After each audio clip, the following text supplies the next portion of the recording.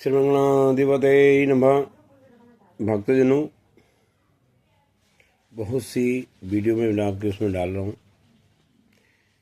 ठीक है, एक समस्या और जो आजकल व्याप्त है कि 2 दिन का त्यौहार, नवरात्रि आज से हैं या कल से हैं, दीपावली आज या कल है, शिवरात्रि आज या कल है, जन्माष्टमी आज या कल है। ये सनातन के लिए सबसे बड़ा दुर्भिक्ष है। और जितने भी हमारे ब्राह्मण बंधु लोग हैं इस पे विचार करें, क्योंकि भक्तजन बहुत परेशान हो रहे हैं। अभी भी मेरी वीडियो को देखने के बाद बहुत से भक्तजनों का फोन आया कि गुरुवर 19 से नवरात्रि प्रारंभ है या 20 से। भक्तजनों, अमायुक्तान कर्तव्या प्रतिपद चंडिकार्चनी मुहूर्त मार्ता कर्तव्या द्वितीयाम गुणाविता।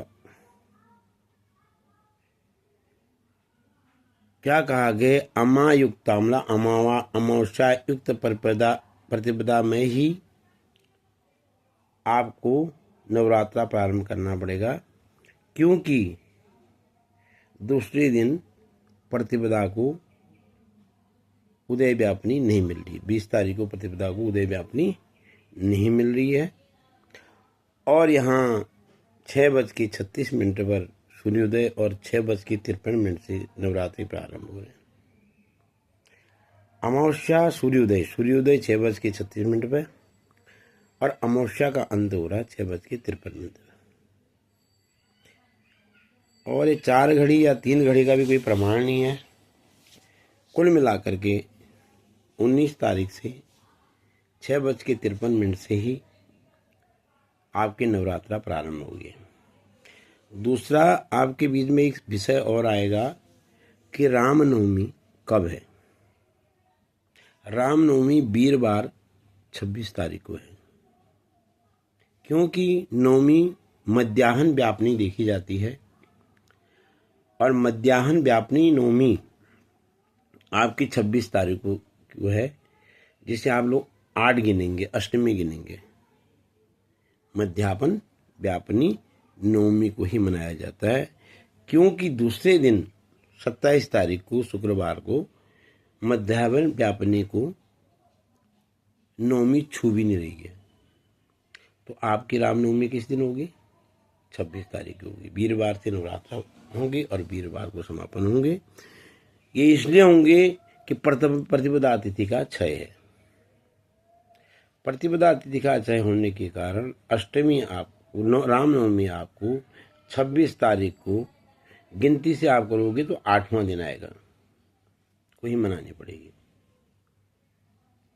यदि भक्तजनों को किसी प्रकार की इसमें बाधा होगी, मेरे YouTube चैनल पर आप मुझसे प्रश्न पूछ सकते हैं। मेरा YouTube चैनल है कैलाशवासी ज्योतिष सदन। क्योंकि रामनवमी में भी आपको 2 दिन बताया जाएगा और विषमता जो आप लोगों के अंदर आ रखी कि 19 तारीख से नवरात्रि हैं या 20 हैं, तो मैंने आपको निर्णय सिंधु के अनुसार संपूर्ण रूप से बता दिया है। और आप लोग विधिवत 19 तारीख से 6:53 के बाद अपना घट स्थापना करें और 7:43 तक आपका घट स्थापना का समय है।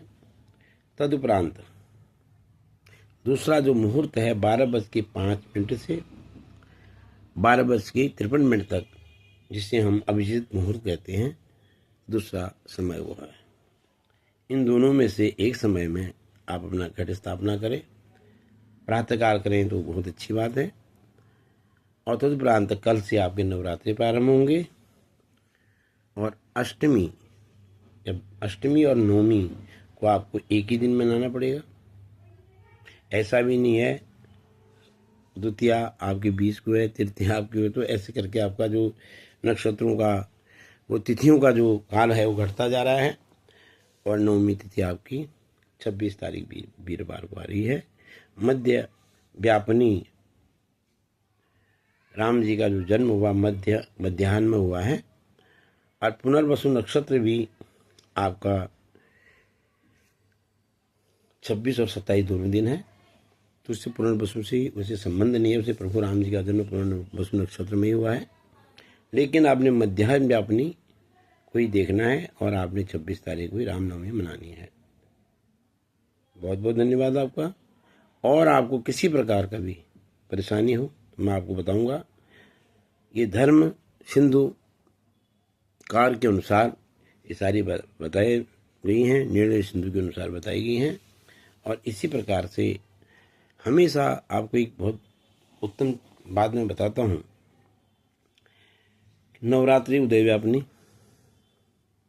शिवरात्रि रात्रिकाल में चतुर्दशी, जन्माष्टमी रात्रिकाल में अष्टमी, रोहिणी नक्षत्र का संयोग। तो मुहूर्त अलग अलग होते हैं। पूजन कर्म, यज्ञोपवीत, विवाह कर्म का जो मुहूर्त दिया जाता है, प्रातः विवाह के लगन, दिन के लगन अलग होते हैं और रात्रि के लगन अलग होते हैं। तो आपको किस समय के लगन निकालने, उस पर से बिल्कुल विस्मित न हो। 20 तारीख से आप अवश्य अपना माँ के नवरात्रि प्रारंभ करें और 26 तारीख को रामनवमी का पर्व मनाएं, 7 को अष्टमी मनाएं और 25 तारीख को अष्टमी मनाएं, 24 को सप्तमी काल रात्रि पूजा करें सायंकाल। तो इस करके प्रभु कृपा आप पे बनी रहेगी, माँ आपका होगी। और 9 जो हमारा संवत्सर है, 9 संवत्सर ब्रह्मा जी ने इसी दिन सृष्टि की रचना की थी, चैत्र शुक्ल पक्ष की प्रतिपदा को। जिससे हमारा आदिकाल से हमारा ये सनातन धर्म और वेद ग्रंथ का जो रस है वो हम पीते आ रहे हैं, हमारे पितृ पीते आ रहे हैं और आगे हम पीते रहेंगे। तो चैत्र शुक्ल पदा को आपको बता दिया हमने, ब्रह्मा जी ने सृष्टि की रचना की थी, इसीलिए नवरात्रों का प्रारंभ हुआ, जिसमें 9 देवियाँ आपके सामने प्रकट हैं। उनका पूजन करें, चरण स्पर्श करें, ध्यान से करें और पूजन करें। आजकल बहुत सी विस्मताएं आ गई, माताएं जो हैं आजकल कीर्तन और भजन में व्यस्त रहती हैं। पूजन और कीर्तन में बहुत अंतर है। पूजन कर्म को भगवान को अपने घर के बुला करके, उनको स्नान ध्यान करवा करके, भोग लगा करके विधिवत भेजा जाता है सम्मानजनक। और कीर्तन में जो है रिझाया जाता है। कीर्तन में श्री माता रानी को क्षण भर के लिए बुला करके अपने संगीत से उनको रिझाया जाता है।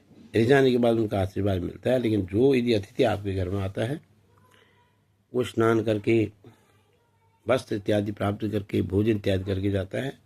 नहीं, कीर्तन में माता रानी को आप रिझा सकते हैं लेकिन उनका पूजन नहीं कर सकते हैं।